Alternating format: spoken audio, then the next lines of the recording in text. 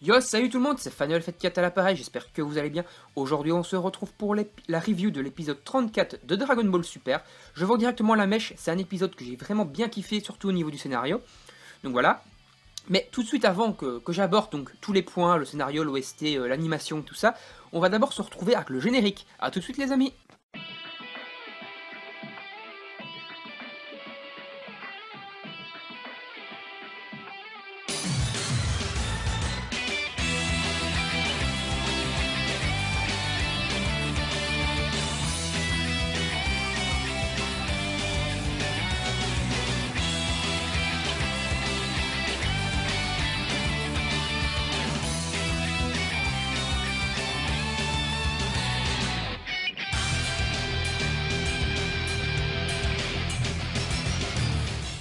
L'épisode commence par tous les spectateurs qui sont complètement choqués par la défaite de Sangoku. Et donc là, en fait, on voit que Sangoku donc, est vraiment battu définitivement. Il a été mis hors ring. Shishi va auprès de lui parce qu'elle le croyait mort. Et là, on voit quand même son amour et tout ça.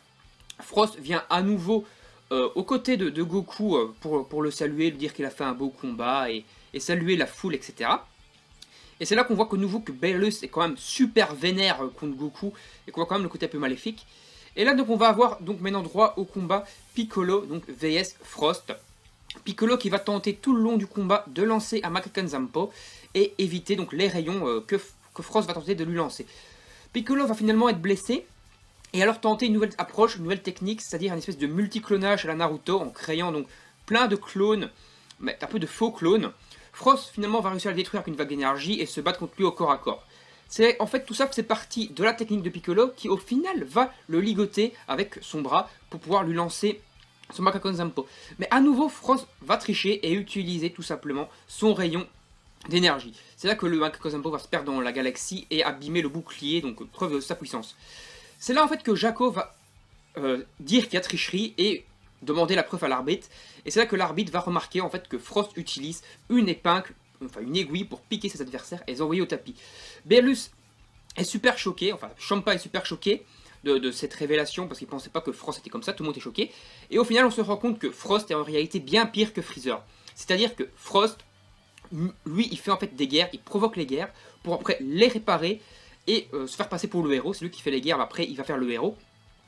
Et donc, au final, il récolte la gloire, et en plus, lorsque les planètes sont abîmées par les propres guerres, il va les revendre et gagner plein de thunes de cette façon-là. Donc c'est un mec 10 fois pire que Freezer. Il se fait passer pour le shit type, alors que c'est en aussi gros salaud que Freezer.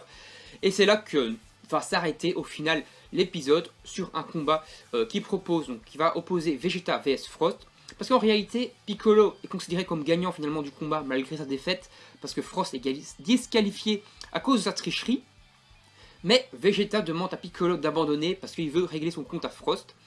Et donc on va se retrouver au final avec un Vegeta vs Frost dans l'épisode 35 qui promet vraiment d'être énorme.